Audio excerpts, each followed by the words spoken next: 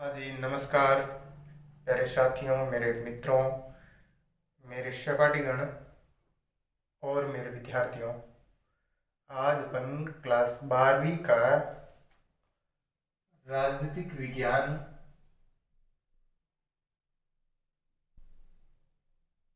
राजनीतिक विज्ञान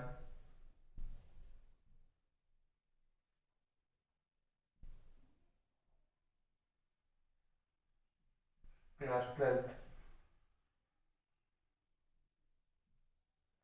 इसके नेक्स्ट दो वीडियो पहले कक्षाओं में अपलोड कर रखे हैं और ये अपना लगभग राजनीतिक विज्ञान की जो अवधारणाएं हैं उनमें से पहली अवधारणा अपन जस्टिस पढ़ रहे थे और उस जस्टिस यानी कि न्याय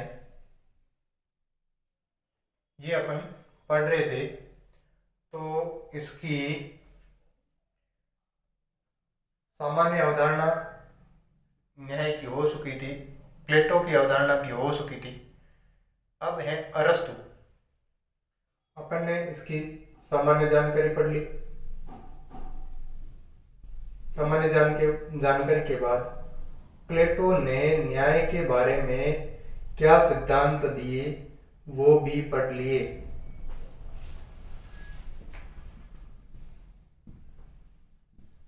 वो भी पढ़ लिए।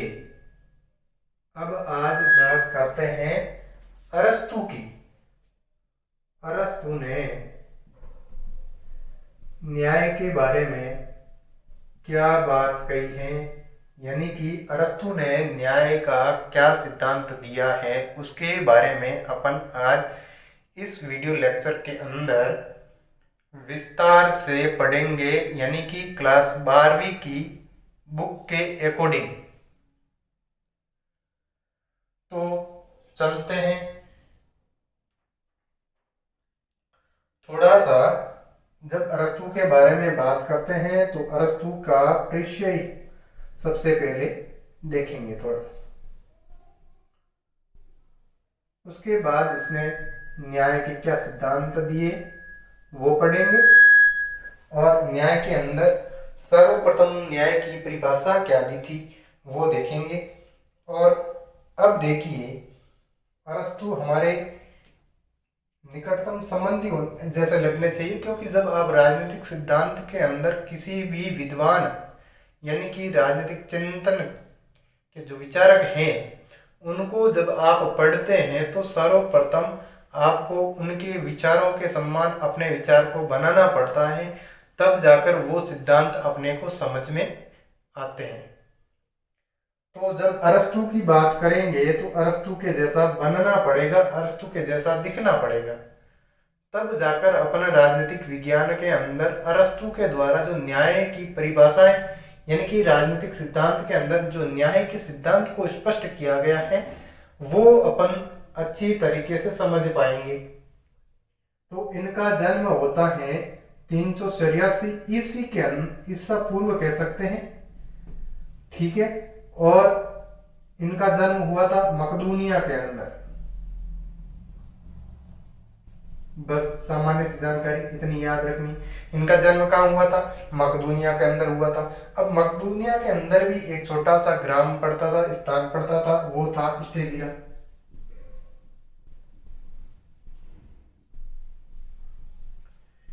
पहली बात, इनका जन्म कब होता है? 384 बीसी और मकदूनिया स्टेगिरा में। अब दूसरी बात करते हैं तो ये भाई साहब जी किनके शिष्य माने गए थे? ये अपने प्लेटो के शिष्य थे। प्लेटो के शिष्य थे। और जब ये प्लेटो के शिष्य थे, अब ये प्लेटो के शिष्य कब बनते हैं?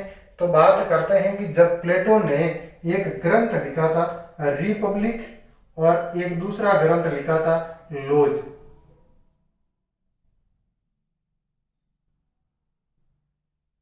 और लोज, ये जब लोज ग्रंथ लिख रहे थे या पुस्तक लिख रहे थे उस समय अरस्तु प्लेटो के पास आता है। मतलब ये कि जब अरस्तु ये आता है उस समय प्लेटो के अंतिम जीवन के समय ये प्लेटो के पास अरस्तु पहुंचते हैं और शिक्षा ग्रहण करते हैं। तो ये नैतिकता पर बल देती है रिपब्लिक, और वहीं पर ये जो लॉज है वो विधि के शासन पर बल देती है। ये जो लॉज पुस्तक है ये विधि के शासन पर बल देती है, इसीलिए जो हमारे अरस्तु है इन पर जो सर्वाधिक प्रभाव पड़ता है वो विधि के शासन यानी कि लॉज का प्रभाव पड़ता है, और ये ज्यादा बात करते हैं वो विधि के अकॉर्डिंग बात करते हैं अरस्तु। यहां तक समझ में आया? देखो इनका जन्म कब होता है? 384 बीसी, और कहां पर होता है? मकदूनिया के स्टेगारा नामक स्थान पर।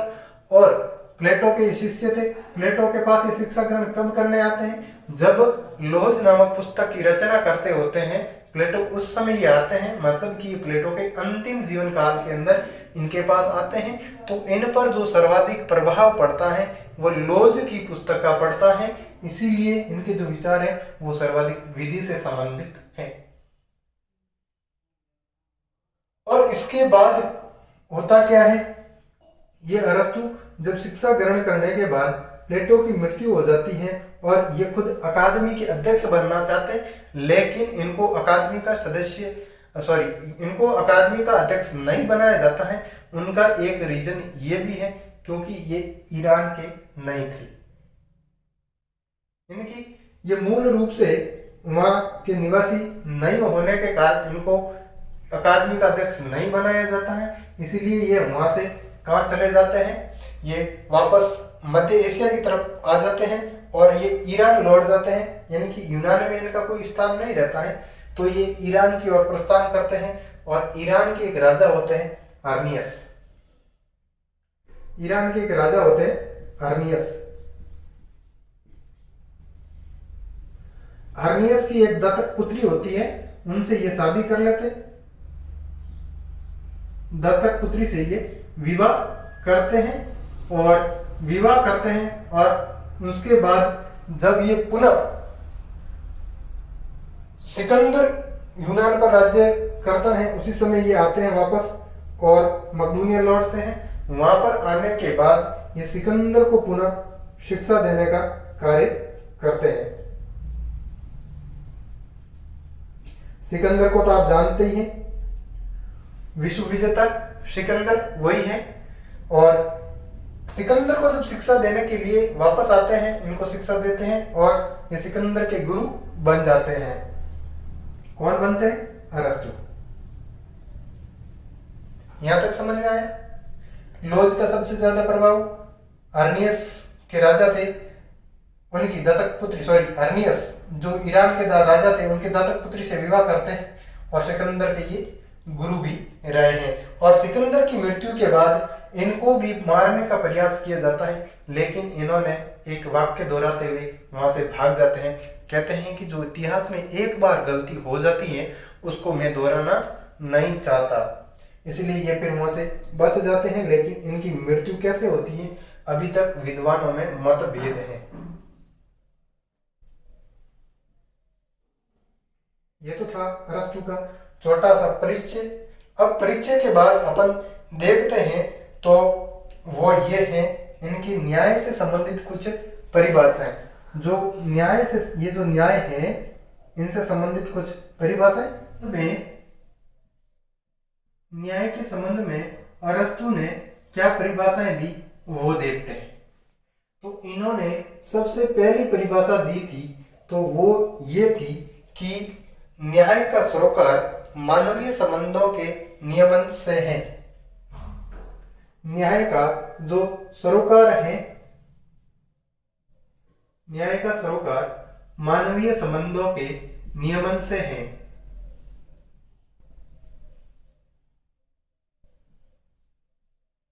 ये बात इन्होंने कही। अब ये परिभाषा दी कि जो मानवीय संबंध है, न्याय का जो सरोकार है वो मानवीय संबंधों के नियमन से है। अर्थात अपन कह सकते हैं कि जो अरस्तु है वो ज्यादातर विश्वास रखता था, वो लोगों के मन में न्याय के बारे में एक जैसी धारणा के कारण ही राज्य अस्तित्व में आता है, ये बात कहता है। कैसे? कहीं ना कहीं ये सामाजिक समझौते की बात करता है।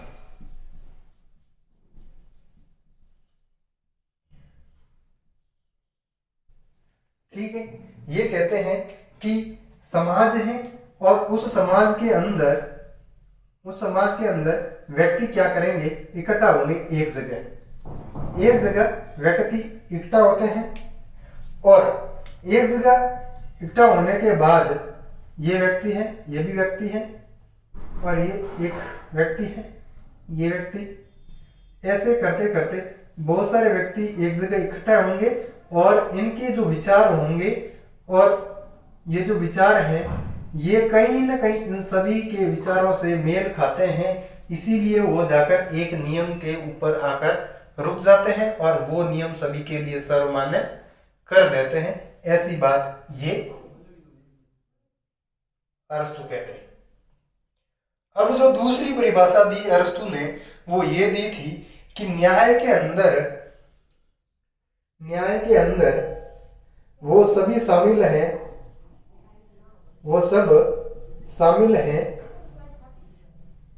जो उचित भी है और विधिक भी है और समान औचित्यपूर्ण वितरण, यानी कि जो उचित है, जो विधिक है मतलब कानूनी है और समान वितरण की बात करते हैं, औचित्यपूर्ण समान वितरण। और ये कहते हैं कि अगर कुछ सुधारात्मक चीजें होती हैं, कुछ पहलू होते हैं तो वो भी शामिल है।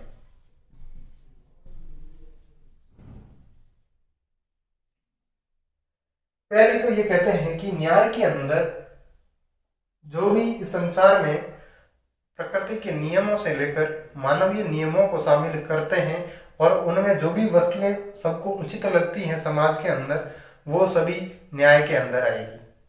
दूसरी बात, जो कानूनी रूप से भी शामिल हो सकती है।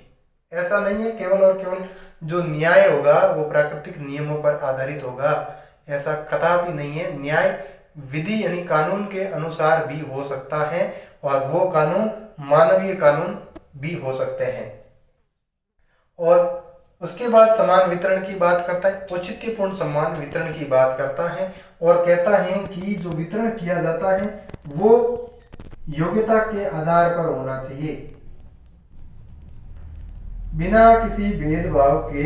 योग्यता प्लस योगदान, व्यक्ति किसी वस्तु का वितरण करते हैं तो उसमें व्यक्ति का कितना योगदान है प्लस उसकी योग्यता कहां तक है, उसके अनुसार ही वो वितरण किया जाएगा।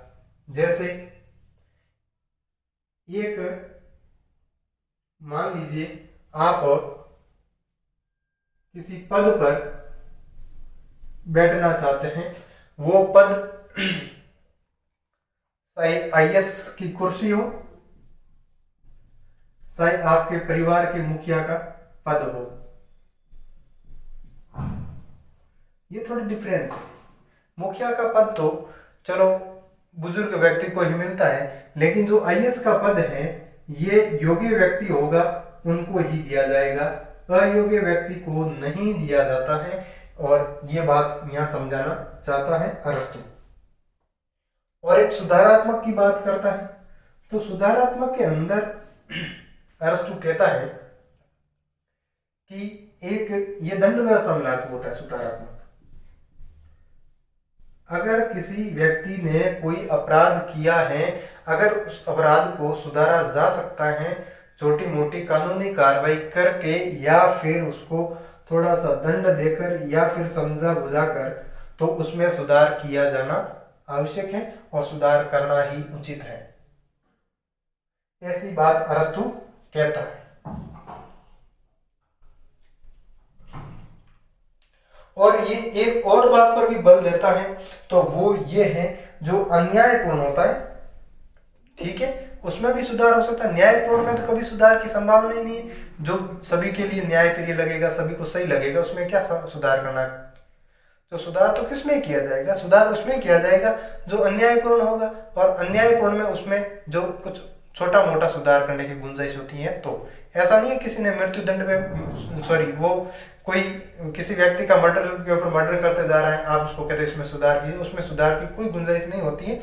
लेकिन जैसे एक छोटा बालक होता है और वो कम एज के अंदर कोई पहला अपराध कर देता है 16 वर्ष की एज के अंदर, तो उसको सबसे पहले सुधारागृह में, बाल सुधार गृह के अंदर डाला जाएगा, न कि उनको सजा दी जाएगी। ये बात अरस्तु करता है। उसके बाद अरस्तु के और भी मत हैं, तो वो ये हैं, अपन आगे तीसरा मत देखें तो तीसरा, पहले दूसरा तीसरा ये है कि वितरण न्याय के अंतर्गत जो ये वितरण की बात करता है, तो वो है वितरण न्याय के अंतर्गत पद, प्रतिष्ठा, धन या संपत्ति कह सकते हैं, इन सब का जो वितरण होगा वो अंक गणित के आधार पर होगा। ये बात करता है, सॉरी, इनका जो वितरण होगा, इनकी पद है, प्रतिष्ठा है, धन है, इन सब का जो वितरण होगा वो अंक गणितीय पे न करके अपन करेंगे रेखा गणित पर। रेखा गणित पर इनका वितरण किया जाएगा। लेकिन एक और बात, रेखा गणित पर करेंगे तो सीधी सी बात है, अपन ज्यामिति की बात करते हैं, ज्यामितीय अनुपात, या फिर अनुपात भी कह सकते हैं केवल, या फिर इसको एक और नाम भी दे सकते हैं, तो वो है योग्यता। यही लिख देते हैं योग्यता। ये तो इनकी तीन परिभाषाएं थी, एक पहली, दूसरी और ये तीसरी। न्याय के वितरण में पद, प्रतिष्ठा, धन, संपदा आदि को शामिल किया जाता है, जिनका वितरण कैसे किया जाएगा, अंक गणितीय आधार पर न होकर ज्यामितीय या रेखा गणित के आधार पर किया जाएगा। यानी रेखा गणित के आधार पर करेंगे तो अपने को उसमें योग्यता को मानना पड़ेगा और योग्यता के आधार पर ही ये किया जाएगा। यानी कि इसमें आरक्षण वारक्षण कुछ नहीं होगा। जो व्यक्ति योग्य हैं उनको धन मिलेगा, उनको पद मिलेगा, उनके प्रतिष्ठा सम्मान वगैरह सब मिलेंगे, अन्यथा नहीं मिलेंगे। ये बात अरस्तु के न्याय से संबंधित वो न्याय के दो रूप बताता है, और दो रूप इस पुस्तक पॉलिटिक्स के अंदर बताता है, और कहता है कि जो न्याय है उसके दो रूप होते हैं, न्याय के दो रूप। और वो दो रूप कौन कौन से हैं, तो अपन दो भागों में इनको बांट देते हैं। पहला है वो है पूर्ण न्याय, दूसरा है वो है विशेष न्याय। दूसरा विशेष न्याय। अब पहला पूर्ण न्याय, दूसरा विशेष न्याय, ये होता है, ये हमेशा नैतिकता पर आधारित होता है। कौन सा? पूर्ण न्याय। ये नैतिकता पर आधारित होता है, लेकिन ये व्यवहारिक नहीं है। एक बात याद रखना, ये व्यवहारिक नहीं है, ये बात याद रखना। इसीलिए अपन जब पॉलिटी के अंदर अरस्तु के न्याय की बात करते हैं तो एक विशेष न्याय है, इसी को पढ़ते हैं, और इनको दो भागों में बांटा गया है, और उन्हीं को अरस्तु के दो न्याय के रूप मानते हैं या दो भाग मानते हैं। तो वो दो भाग है, एक तो है वितरणात्मक,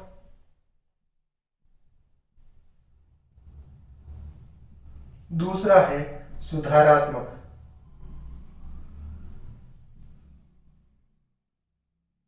वितरणात्मक और सुधारात्मक।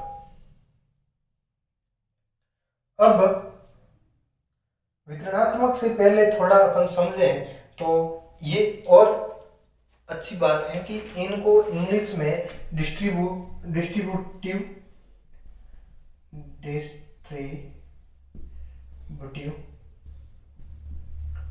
और इसको बोलते हैं करेक्टिव। थोड़ा इंग्लिश में पढ़ लेंगे तो कोई मुश्किल बात नहीं है। मुझे भी इंग्लिश कम आती है, लेकिन मैं पढ़ने का प्रयास करता हूं, तो आप भी जरूर करें। अब जो ये वितरणात्मक न्याय है और ये सुधारात्मक न्याय है, इनमें क्या फर्क है और अरस्तु ने ऐसे दो न्याय क्यों बताए?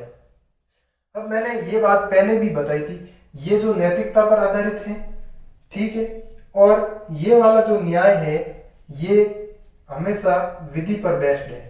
कौन सा? विशेष न्याय। इसीलिए मैंने पहले भी बताया था कि अरस्तु पर जो सर्वाधिक प्रभाव पड़ता है वो प्लेटो की पुस्तक है लोज, उसका प्रभाव ज्यादा रहता है और वो हमेशा विधि की बातें पर, कानून की बात करता है। इसीलिए इस पर ज्यादा जो फोकस रहा, यानी कि जो प्रभाव पड़ा, वो लोज का था और ये उन्हीं से संबंधित है। अब जो वितरणात्मक है, इसके अंदर ये कहता है कि जो अरस्तु कहता है कि जो वितरणात्मक न्याय है और एक सुधारात्मक न्याय है, इसमें जो ये वाला न्याय है ये योग्यता पर आधारित है। ये न्याय किस पर आधारित है? योग्यता पर आधारित है। या लिख देते हैं योग्यता, ये योग्यता पर आधारित है। और दूसरी बात करते हैं तो योग्यता पर आधारित सीधी बात है, कोई आप पद प्राप्त करना चाहते हैं या फिर आप प्रतिष्ठा की बात करते हैं, पद है, प्रतिष्ठा है, ये योग्यता के आधार पर इनका बंटवारा होगा, न कि किसी अवसर की समानता के आधार पर इनको प्राप्त होगा। यानी कि ऐसा नहीं है किसी को समान रूप से इसमें बंटवारा कर दिया जाता है, ऐसा नहीं होता है। योग्य व्यक्ति होता है उनको ये पद दिया जाता है, उनको प्रतिष्ठा यानी कि सम्मान मिलता है। अब आगे जो बात करते हैं कि जो ये है वितरणात्मक न्याय, इस पर जो कानून कौन बनाता है? तो कानून इन पर संसद बनाती है। कानून इन पर संसद बनाती है। दूसरी बात है, अच्छा ठीक है, कानून संसद बनाती है। योग्यता है तो आपको एक बात याद होनी चाहिए, इसके जो बंटवारे का, वितरण का जो टाइप है या फिर किस तरह से ये वितरण किया जाएगा, तो वो क्या जाएगा? ज्यामितीय या फिर रेखा गणित के आधार पर। और इनकी अकादमी पर स्पष्ट लिखा हुआ था कि जिसके पास रेखा गणित का ज्ञान नहीं है वो अकादमी में प्रवेश न करे। अब ये कहता है कि आप किसी भी राज्य की बागडोर एक योग्य शासक होता है, योग्य राजा है, उनको ही दे, अन्य किसी व्यक्ति को न दे। ये वितरणात्मक न्याय के अंतर्गत कहता है। और अपन आगे बढ़ते हैं सुधारात्मक न्याय।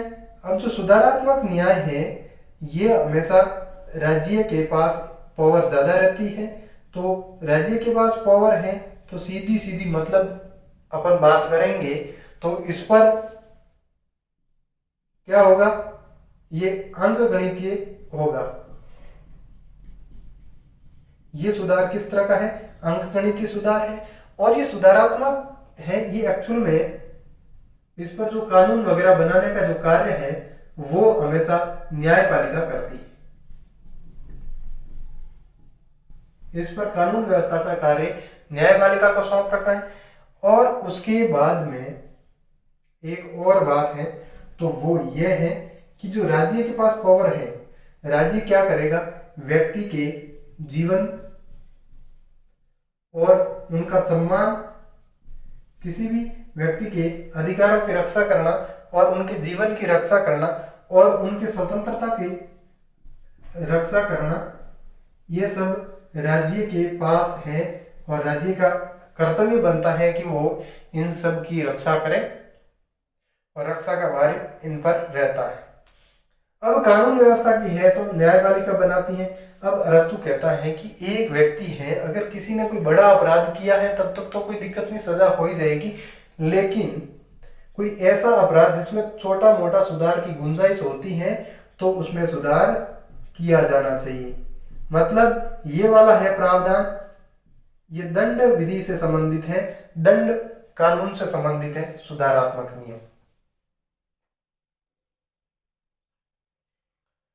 ठीक है। अब तो ये था वितरणात्मक नियम, सुधारात्मक नियम, अरस्तु की कुछ परिभाषाएं थी वो भी हो गई।